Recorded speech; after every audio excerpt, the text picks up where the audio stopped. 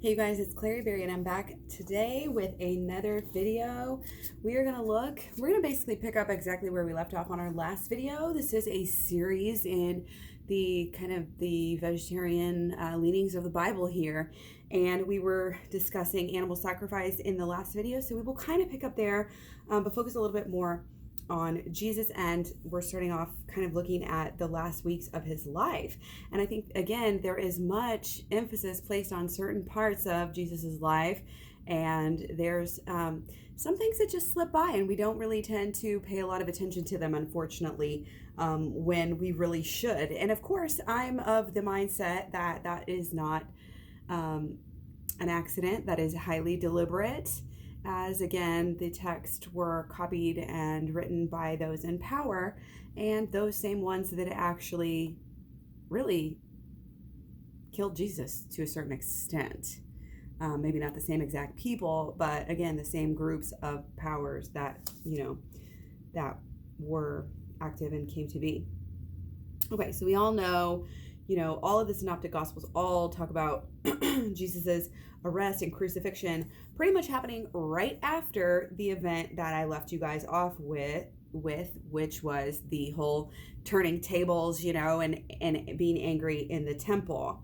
Okay, so again, what was the deal with this? It's kind of one of those things we all learn about in Sunday school and we just kind of accept it, and oh yeah, Jesus didn't want money changers in the temple.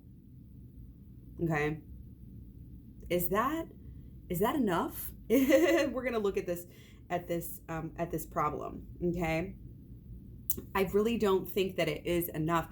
Just that these were, and it really, if you look at scholars, I think for a lot of lay people, it's like, oh well, they just didn't want, in the way that I was taught in the Catholic tradition, at least at my Sunday school, was basically that they shouldn't have been dealing with money in the temple at all, because it was God's house. And that's not really what the scholars say at all. In fact, the more, the higher up thinking, I think that more the scholars would say is that, these were not just, transactions of buying and selling, but they were actually overcharging people, and therefore that was the issue. And it really, again, it just doesn't really fit. It doesn't really fit with Jesus getting that upset, that mad, flipping over tables. Is funny that that's what, again, common people talk about, if they talk about it at all, is that he flipped over tables, and he was angry and he drove them out of the temple. Okay, that's all we hear. And basically it kind of makes it seem like it had nothing to do with what was actually going on. So again, we have to kind of dive deeper into know what really was going on here at the temple. Well, we know that, well, let me just go further. Okay, we do know there are, if you actually look at the text, he was driving out the animals and the animal sellers. It wasn't just money changers. So again, what was he really going for here? Okay, if you look at Jewish Christian texts like the Panarion, homilies, things like this, again, that were very early on, and not came to be changed later on, Jesus was clearly attacking animal sacrifice.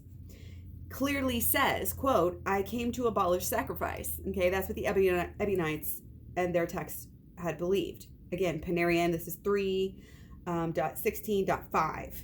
Okay, and unless you cease sacrificing, my anger will not cease from you. So this kind of would make more sense, as to why Jesus was so angry that he would act like that in the temple. It just, I mean, honestly, it establishes a motive for both sides here. And again, I am still kind of getting my notes here from the same book. So obviously, if this were to happen, if this, it proves that that's why, or it doesn't prove it, but it again establishes a motive that that's why Jesus would have been so angry. And it also would have really put it into context a lot more and again establish a motive as to why the priests would have been so angry with Jesus that they actually wanted to kill him. Do you think if they just like the money changers would have been not necessarily not the priests, that was the people who were again selling, we know that they were selling the animals, and if the only thing they were doing wrong was overcharging people, why would Jesus be that upset? And why would the priest be that upset? It doesn't make sense, okay? The priests, again, as I established, as we talked about in the last couple of videos, the priests were getting their support. They were getting their food from the sacrifices. And Corinthians 9, chapter 9, verse 13 talks about this. Don't you know that those, and again, reading from the Complete Jewish Bible, don't you know that those who work in the temple get their food from the temple, and those who serve at the altar get a share of the sacrifices offered there? In the same way, the Lord directed that those who proclaim the good news should get their living from the good news. Okay? So, very interesting. The priests were getting their food from the sacrifices. So if Jesus is saying abolish sacrifices, what the heck are they going to eat? He was threatening their very existence. And as a vegan, we know how people get so pissed off when you threaten to take their meat away or even mention, even if you're not talking about taking their meat away, you talk about that, just mention the fact that you don't eat meat, and you can really kind of put this into parallel perspective here, okay? Why would, again, the question is asked here, why would Jesus have risked his life over an issue that was not essential to his message? And again, why, if he knocked over some tables, I mean, that probably happened all the time. If there was money changers who were charging too much, probably people would knock over tables, come in from out of town and be like, why are you overcharging me? Get mad, and then go on with their day. But this is like a big, huge deal, because not only did they kill Jesus shortly thereafter, and I can't think of the word, right after, immediately after this is really when all the priests and people in power started to take note.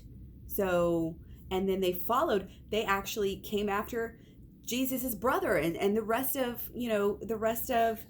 his followers later on. So it really does fit better and makes it better. It just makes sense. Okay. So again, the Jewish Christians in their books, the Recognitions and Homilies, have abundant references to their hostility to the sacrifices, okay? In Recognitions, Peter states that Moses himself understood God's desire to bring an end to animal sacrifice. He allowed it to be continued, but eliminated its idolatrous aspects and specifically predicted a future prophet who would come and correct the rest of the error. Recognitions 1:36. Going on, at the appropriate time, they should learn by the means of the prophet that God desires mercy and not sacrifice, again, listed in Matthew 9:13 and 12:7. And that on the other hand, they might hear that this place, the temple, was at last to be wholly destroyed. Recognitions 1:37. Okay, so again, we have that theme, mercy, not sacrifice, that we talked about in the last video in Hosea 6:6, Matthew 9:13, and Matthew 12:7. And here it is actually tied in with the prediction or prophecy that the temple will be destroyed. Okay, which again you can read in Matthew 24:2 and Luke 19:44. Later, Peter states that the destruction of the temple is a direct consequence of the failure to heed the message of the true prophet, that the time of sacrifices has ended. And that is in Recognitions 1:64. Okay, numerous other texts that attack animal sacrifices, again, like we described in the last video. Okay, many scholars believe that the predictions of the temple's destruction were actually written after the fact, but others conclude that Jesus prophesied the temple's destruction. It doesn't matter. They all underline the hostility that the early followers of Jesus towards the temple. So Jesus was always talking shit on the temple. Like he was always against it. And again, Recognitions, Homilies, and even Epiphanius's description of the Ebionites really shows that really kind of goes together here, okay? So Jesus says, or Epiphanius says that Jesus says, also, wait, am I reading? However, the saying of Jesus that Epiphanius quotes from the Ebionite gospel is key to understanding the Ebionite view of the cause of Jesus' death. I came to abolish sacrifices. Panarian 3:16-5, compare Recognitions 154. So numerous different historical sources here are saying the same thing, okay? Okay, so the Ebionites, in their description of Jesus, really is saying again that the failure to stop the sacrifices would result in my anger coming down upon them. Okay, so one thing that is missing out of the Gospels is that when Jesus is asked, like why what are the charges against you, Jesus really doesn't say. And I think there's growing evidence to suggest that this part of the Bible might have been altered later on. And you can see why, okay? For Jesus to be crucified by the Romans, it had to be alleged that he was a threat to public order, not just that he uttered a blasphemy. Because, everybody at that point, not everybody, but I think Caesar was, or maybe Augustus, maybe both, I'm not sure. They were blasphemers. They said they were the Son of God, and the Romans wouldn't have really been interested in that at all. Fighting blasphemy was not their thing. They were blasphemers themselves, okay? So,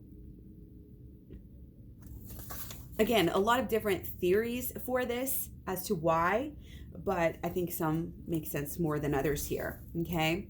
So what really happened, okay? The confrontation at the temple is only one of a few events that were actually described in all four Gospels, okay? John's account describes how Jesus made a whip of cords and drove both the cattle and the sheep, as well as their owners, out of the temple. That is John 2:14-16. Matthew, Mark, and Luke have Jesus quoting the Old Testament as he justifies his behavior towards those in the temple. And Jesus entered the temple and drove out all who sold and bought in the temple and overturned the tables of the money changers and the seats of those who sold pigeons. He said to them, "It is written, my house shall be called a house of prayer, but you make it a den of robbers." Okay, so, that's in Matthew, that's in Mark, that's in Luke, okay? Again, 21, 11, and 19 respectively. Okay, we're going to look at this a little bit closer, okay? It's one thing, it's not just one group. It's not just the money changers. And if you notice, the money changers are not even near the top of the list. It's the dealers in cattle, the sheep, and the pigeons, those who sold, or all who sold and bought, who are the primary target, okay? If you read carefully, okay? Also, he's not even speaking to the money changers. He's speaking in John, especially, he's only speaking to the dealers in pigeons. And in Luke, he speaks only to those who sold. Okay? So I think, again, back in the old days, when I was learning this and maybe I wasn't paying attention in Sunday school. I don't know what you guys are learning out there, but I didn't even hear of the animals. It just seems like, it wasn't even part of the deal. It wasn't even that big of a deal. Okay, why would that be? Why would there be this hush hush on this and the hyphens on the money changers when that's not even the primary target here? Okay, so obviously, again, there's you always, it's like follow the money trail. We still do that to this day to get the answers. And again, the priests are the ones who would have a lot to lose if Jesus was, it really was against this animal sacrifice. Okay. The primary practical effect of this so-called cleansing of the temple was in John to empty the temple of the animals that were to be sacrificed. Or in the Synoptic Gospels, the primary practical effect was to drive out those who were taking them to be killed or who were selling them to be killed. We must remember that the temple was more like a butcher shop than like a modern day church or synagogue. Cleansing the temple was an act of animal liberation. Okay. That was a direct quote, okay? So obviously your conventional interpretation is that the overcharging was the issue and that he chases the dishonest money changers out of the temple. That's obviously not the fact. That's not the fact. And why were we made to believe that, okay? Jeremiah 7:11, Jesus alludes and describes the temples as a den of robbers. Okay, but that's only after, if you actually look at Jeremiah 7:11, that's only after Jeremiah describes murder, adultery, and blatant idolatry, 7:9, and goes on in 7:22 to deny that God ever required sacrifices anyways. So you can see when it's in context, which is unfortunately we don't get a lot of that these days, it really becomes more concrete that this is what was going on, that Jesus was really wanting to get rid of the sacrifices and that God never required them anyway. Okay, now that is definitely something worth being crucified over, rather than some money changers who are actually just charging extra money. Okay, so the Ebionites definitely believed that the animal sacrifice cult was a total fraud, and it would have been looked at. You know, you take the robbery, and the den of robbers really makes sense, because if the whole idea that animal sacrifice was required, then it was really a literal robbery of the people by the priests. You know, so it's not just this overcharging. Okay. It's implausible that the motivation behind Jesus' attack on the temple was a concern for dishonest money changers. Okay, so, and again, the reaction is the same thing. Okay, the reaction to Jesus's demonstration here shows that it shows a concern that the heart of the temple practice is being attacked. Mark and Luke say that the chief priests and scribes sought a way to destroy him, Mark 11:18 and Luke 19:47. Okay, they were indignant, they said. The very next day, the chief priests and elders of the people return and demand to know, by what authority are you doing things? Okay, and the normal story is, oh, they're just mad because he's what? Because he's speaking with authority. Because he doesn't actually say, you know, all of the things that they say that he's going to say later on, and that they try to get him in trouble for. It just makes sense, okay? So, everywhere you look, it's the priests that are wanting to have Jesus killed. It's not the Romans yet. It's not the multitudes, okay, who actually protect him, okay? It's the priests. Again, establishing a motive is like the first thing that we do. Okay, and again, the hostility of the priests towards Jesus' followers comes even after his death. The Sadducees arrest Peter and John. The high priest demands Stephen to answer charges. That leads to his martyrdom. And it is the high priest who gives Saul, not yet converted, his commission to go to Damascus to persecute Christians there, Acts 9:1-2.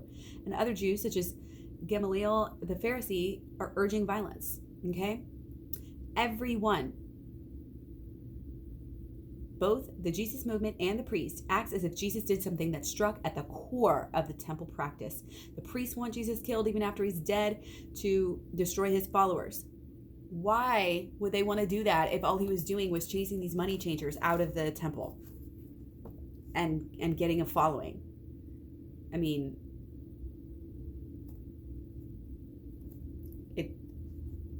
it just makes sense. Again, Jesus' hostility to the temple is a theme that appears throughout the Gospels, but besides the incident in the temple that we just discussed, there's more evidence that Jesus did not look down with favor on the current operations of the temple. So again, they try to say, oh, he said that he was going to have the temple destroyed, and he might have alluded to that, being destroyed on their own. But let's see, what else do we have here? Matthew 9:13, Jesus refers to the Old Testament text at Hosea 6:6 and saying, I will require mercy, not sacrifice. That's a pretty big one. And repeated. Jesus talks about this numerous times. That's something, it's like when a teacher's, giving notes for the test, and they repeat something, you write it down. This is why this is so important. Repeated at Matthew 12:6-7, where Jesus elaborates. I tell you, there is something greater than the temple here. If you had known what that text means, I require mercy, not sacrifice, you would not have condemned the innocent. Who are the innocent? The innocent are the animals. The Jewish Christians cited this text with approval, Recognitions 137 and Homilies 356. when you look at it with context, he's showing his listeners to show mercy to animals and not sacrifice them on the altar. Jesus says, because they did not understand that they have condemned the innocent, condemned the animals. Who else would be condemned? Eusebius, the Orthodox 4th century church historian, expressly states that Jesus was hostile towards animal sacrifice. Quoting from Proof of the Gospel 3:3. Jesus left no command that God should be honored with sacrifices of bulls or the slaughter of unreasoning animals with fire, flood, or incense of earthly things. He thought these mean and lowly and in no way worthy of the immortal nature of God. Okay? He talks, Eusebius goes on to talk about other well-known pagan authors who were also vegetarian. And then he says this: if there is agreement on these things among the outstanding philosophers and theologians of the Greeks, how could Christ be a deceiver? So he's clearly implying that Jesus not only did not support animal sacrifice, but that he was a vegetarian as well, since he says if there is an agreement on all of these things. Okay? I will require mercy, not sacrifice, both in Jewish Christian writings and in Matthew. That's the problem. The problem is the sacrifice, and it's together with the remedy is the mercy and the compassion for animals. It's not just that the sacrifice isn't good for God. It's that we have, and it talks about injustice and all of these things. It's very clear.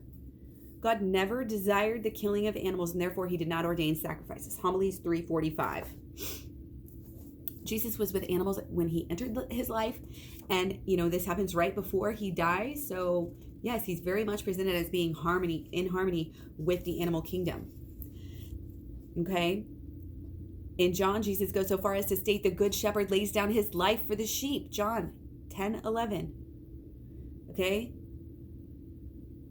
Rashi, in his commentary on Sabbath laws, concludes that to allow animals to go out in the field and graze on the Sabbath is not only permitted but required, otherwise the animals could not rest on the Sabbath, and the Sabbath includes animals.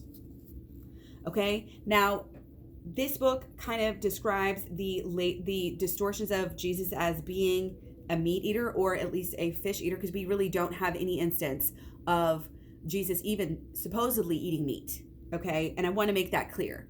A lot of people will say, oh, well, the Last Supper was supposedly a Passover meal, but that is a big supposedly. Okay, we don't know. There's nothing that even explicitly states that. So we really don't know if it's a Passover meal or not. Okay, the only items consumed at the event are bread and a drink. There's a dip mentioned, but it doesn't say that Jesus actually ate it, and we don't even know what's in the dip either. Probably bitter herbs. In John, the Last Supper is not actually a Seder at all. The Jewish Christians had their own version of the Last Supper in which Jesus specifically rejects the Passover meat. Panarion 30:22-4. Okay? Bread and drink sounds more like a Kiddush ceremony, where the Sabbath is celebrated rather than a Passover meal. Kiddush is a cup of wine or grape juice and bread with prayers. Number of scholars have argued convincingly that the Last Supper was a Kiddush ceremony. None of the accounts of the Last Supper even mention lamb, and they certainly don't mention Jesus eating it. If there is a Passover, then it was a vegetarian Passover, so what does that say about the early church? Or even Jewish customs? Now, we also have to deal with the issues of Jesus serving fish. Now, in my research that I did on my own outside of this book, I came to the suggestion that the words, again, kind of mixed up, and that fish could have been easily either changed or mistranslated to a fishweed, kind of a seaweed, okay? Which also would have been easy to catch in their nets. So very, very interesting. And there's other, there's more. Hang on to your seats, guys. There's more, okay? So supposedly Jesus feeds the multitudes with loaves and fish on numerous instances, right? However, several references to the feeding of the 5,000 outside the Bible eliminate fish from the menu. Interesting. Irenaeus, in his book written in the 2nd century, twice states that Jesus fed the multitudes with bread alone. That book is against heresies. Okay? Arnobius refers to the miracle of the feeding of 5,000 without mentioning fish as well. That is in Against the Heathen. Eusebius also refers to the miracle without mentioning fish. Bread only, proof of the gospel, 3.4. Okay? All three of these ancient authors in 4 different places refer to this as bread only and conspicuously omitting fish. Okay, keep in mind, these are, even in the Bible where it talks about this, these are much later instances, okay? Sometimes even after the resurrection. So there's also that. Okay. So even in the Gospels, Jesus refers back to the incident and he only mentions bread and not fish. He says, "Do you not remember the 5 loaves of the 5,000 or the 7 loaves of the 4,000? Matthew 16, 9 through 10 and Mark 8, 18 through 20. Okay? Wow. Strongly suggest that the actual event did not include fish. The bread is everywhere. The fish is not everywhere. Omitted on numerous occasions. Most likely, later redactors added fish to the story when only bread was recorded in the original tradition, but also forgot to insert fish in the passages where Jesus refers back to the miraculous feedings of the multitudes. Okay, so you kind of have to think, okay, well, why would anybody mess this up? Why would they do this? Well, again, there are multiple reasons which we will discuss here in a minute, okay? Also, the incident in which Jesus is said to have eaten fish or fed fish to his disciples after the resurrection is recorded in Luke and John, but it's very ambiguous that, and it's not really actually stated that Jesus actually ate the fish. In both cases, it just says that, that they cast the nets and Jesus distributes the bread and the fish to the disciples. Does not actually eat the fish himself. John 21, 4 through 13. Okay, Luke does seem to outright state that Jesus ate fish after his resurrection in Luke 24, 42 through 43. It says that the disciples offered Jesus a piece of fish, which he ate before their eyes. But the translation of the passage is disputed. The King James version of these mentions honeycomb as well as the fish. People argue about the fish and the honeycomb, okay? And we have to kind of look at what's going on in this situation, because this is something where there would definitely be case and cause for an insertion here. Okay, the modern translators, they may be right that honeycomb was deliberately inserted, possibly just to deflect the criticism that Jesus actually ate the fish. But if that's the case, we have to ask, why did so many ancient texts have that inserted? And wouldn't it mean that the whole thing would be inserted? And here's the deal. This is at a time where, people were doubting that he was alive. They doubted that he rose from the dead. Okay, which actually, in my belief, and even the Jewish Christian beliefs, this might not have even happened. Probably didn't even happen. It's not a fundamental tenet of my faith, or I think the early Christians' faith at all. Okay, so there's a lot of doubt of the validity of this account, because again, they're trying to they thought that Jesus had no real body. They thought he was a ghost. So they thought that only if he consumed something that he would be able to prove that he wasn't a ghost.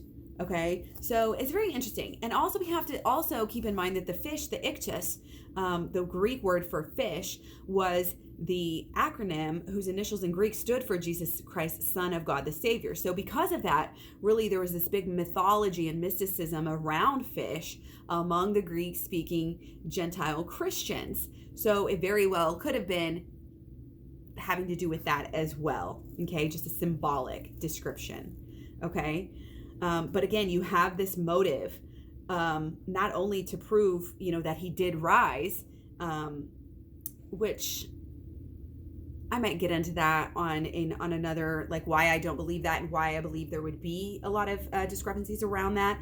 But there's motives here, not only to refute the vegetarianism, by the priest, and again, those in power. But you also have, they're trying to, it was actually back to Marcion, who I talked about in the beginning of this whole entire series. Marcion had the idea that it was I don't even know how to say this word, docetic Christ, the idea that the Gnostics held that Jesus didn't even have a real body. He was just a spirit of ghost the whole time. Okay. So again, this is what Marcion says as well. And so of course they were trying to refute Marcion as well as the vegetarianism. Okay. And we do know that there were a lot of early Christian vegetarians. Okay. So again, these are all very historically late accounts that he served or ate. And there's really not fish in the early accounts at all. So that is very interesting. Also, a lot of these are coming from Luke. And who wrote Luke? That would be Paul. I'm sure I'll get to Paul later on in this series as well. Okay. There's just a lot that's very ambiguous. There's nothing really clear. Okay. There's just these patterns and events. And I think that a close reading of the text, like I said here, it actually argues in favor of a vegetarian Jesus. Why else would he have failed to eat the lamb at Passover? Okay. So moving on, we have throughout most of the history, beginning with Augustine, the Christian church was held to the position that they had no obligation to animals whatsoever. Okay. So you can see the motives becoming clearer, because this is another way I think that they were able to kind of distinguish themselves from the Jews because Jews, typical meat-eating Jew, believe that animals are entitled to some consideration. As we said, they rested on the Sabbath, and the oxen must not be muzzled while treading on the corn, and and all of these things. Okay. So if Christianity is tied, and I mean like Gentile Christianity is tied to the views of Augustine and Aquinas, and maintains a picture of a meat-eating Jesus, then you really do have a conflict of interest and a motive here. Okay. But again, lots of people, lots of early Christians, including pretty much all of the known Jewish Christians who were persecuted, were all vegan or vegetarian at least. So you have the Essenes, and again the Ebionites, and there's lists here that just go on and on of early vegetarians. It's like a who's who in the church. Peter, okay, which is stated in Recognition 7:6 and Homilies 12:6. James, which Eusebius talks about, and it's also in the Ecclesiastical History 2:23. Matthew, which talks about in Clement of Alexandria, and the Instructor 2.1, and all of the apostles, the real apostles. Eusebius talks about that in the Proof of the Gospel. So why would all the apostles, Peter, James, Matthew, why would they all be vegetarian and Jesus is not vegetarian? Doesn't make any sense. Clement of Alexandria, Origen, Basil, Gregory of Nazianzus, Arnobius, Cassian, the Desert Fathers, Paul the Hermit, Antony, Hilarion, Macarius, Columbanus, like Arsenius, this goes on, Jerome, like probably all vegetarians based on their writings or writings about them. Okay. Many of these writers, such as Origen, concede that Christians are not required to abstain from meat, but they themselves are evidently vegetarian, can be counted on to say a few kind words about vegetarianism. Okay, and not just the intellectuals. Again, Augustine, while strongly arguing against any requirement that Christians be vegetarian, he did comment that the number of Christians who abstain from both flesh and wine are without number, indicating a widespread acceptance of vegetarianism among Christians even as late as the 4th century. Okay, there are specific instances I could get into, but I don't want to make this video incredibly too long. Okay, the monastics, a lot of them were also vegetarian. Again, the list just goes and goes and goes. The Maccabees, whom Augustine attacked with such a vigor, were vegetarians, as were Bogomils and a Neo-Manichean sect of the Middle Ages. The Cathars, who flourished in the Middle Ages, advocated vegetarianism for those who reached the highest level within their religion. Okay, so the church rejected vegetarianism, but there were obviously a very large number of early Christians who were vegetarians. So really, if you think about it and if you look, there were actually hardly any references to any Christians, early Christians eating meat at all. It really wasn't available. If you look at just even secular articles on what Jesus probably ate, you will not see meat on that list at all. It's bread, bread, bread. You know, of course, they mention fish because these parts of the Gospels that we've discussed. But other than that, it's a little bit of fruit, maybe some nuts and seeds, grain and bread, which bread was the biggest, huge, especially for the poor, okay? And Jesus was poor. He came from poor people. He was not a rich man, okay? Hardly any instances. The view that Jesus ate meat is paradoxical. Again, because of the apostles and the numerous early followers of Jesus, the Jewish Christians, Jesus' own brother. It's like, oh, everyone was vegetarian except for Jesus? I don't think so. More likely explanation is that the original tradition was vegetarian, but under the pressure of Paul's writings and other, church leaders who, again, wrote down things much later on in the 2nd century, veganism was dropped as a requirement and finally even dropped out of the scriptures. Okay, so again, that is all. I hope you enjoyed this. Much love, many blessings, peace unto you, and I will talk to you guys soon. Thanks.